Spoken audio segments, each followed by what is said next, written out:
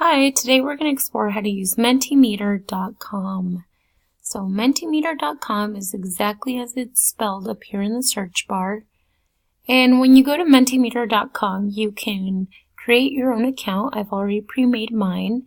And then you can use this to create your own slide presentations for either like checks for understanding. You can create a poll. You can create little discussion posts for people to post their just thoughts or opinions on different topics. And it's a lot of fun. So here you can click where it says your presentations if you've already started, or if you want to start a template from one of their options, you can do that. I'm going to show you one that I've already created. So I'm going to click here where it says your presentations. So go ahead and click here where it says your presentations.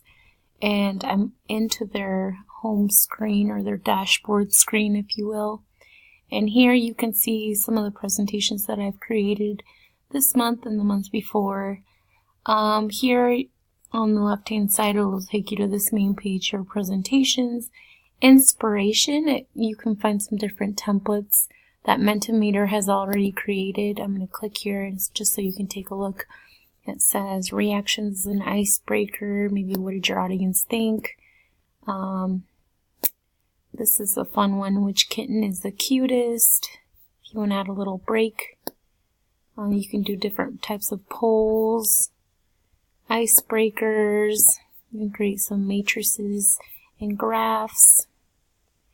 So these are just some that Mentimeter has created beforehand, and you can just use those and you can edit them and create them to suit your needs. There's an upgrade button as well. Gives you information if you want to pay for the paid version. I'm not really interested in paying for the paid version. Branding and colors. You can create different kinds of colors and branding. You can also do that while you're creating one, and I can show you how to do that. Account functions and help. I'm going to go back here to your presentations, just so you can see how I've created one on my own. Now I teach Spanish language arts, and so you're going to see that this specific example is one that I've used in my classroom. 20 students participated. You can see the count who's participating. I changed the language so that it's in Spanish. Instead of going to Mentimeter.com, your audience only goes to Menti.com, and it takes them directly to the poll or the discussion topic that you've posted.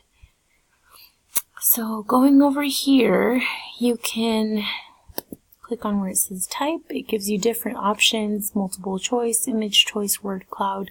So what do you want to create? What kind of a question?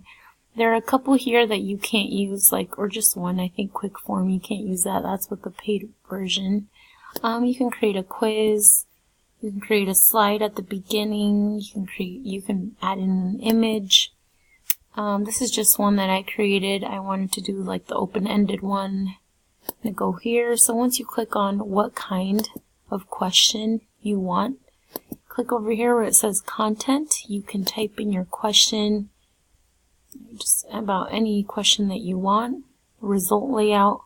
Did you want one by one answer to come up? Did you want a flowing grid? I personally really enjoy this flowing grid because I can see the different responses come up as students type them in. Also, my students really enjoy looking at their answers and saying, oh, there's mine, there's mine. This is especially important, this option down here. It says profanity filter. So if you have, maybe your crowd's a little rowdy, or maybe you have 12-year-olds that like to try out new vocabulary words that they shouldn't be using, you can actually filter those words in all of these languages here. Here, allow extras. What does it say? Allow audience to submit more than once. Maybe you want them to submit a couple times.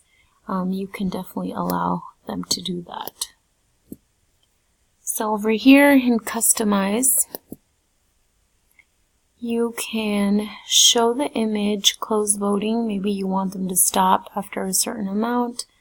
Hide instruction bars. So if I click that, it goes away. I don't want to do that. Hide results. Maybe you don't want them to see what they're writing yet. You can unclick that, and then the results will come back up.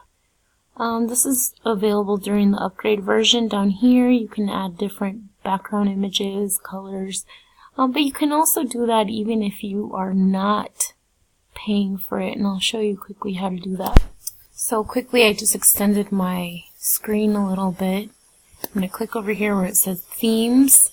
You can choose the different default themes that are available down here. I'm just going to click Color Joy. Maybe I feel really colorful that day, or gradient. And then just choose one, apply it, go back to the screen, and it should be applied. Whenever you want to create another slide, you click down here. Maybe I want a quick little image choice or points. How would you prioritize these items? And add in my question, food choices, cereal, fruit, eggs, and a smoothie. So if you want them to kind of choose, you can see which one has the most votes.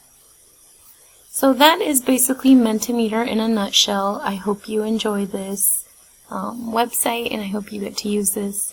Like I said, you can use this for checks for understanding. You can use this as a break. You can also use this to see, is the audience understanding what I'm trying to say? Do I need to maybe reword something, or maybe discuss something a little longer, or can we move on? So that's Mentimeter.com. I hope you enjoy it. Thank you.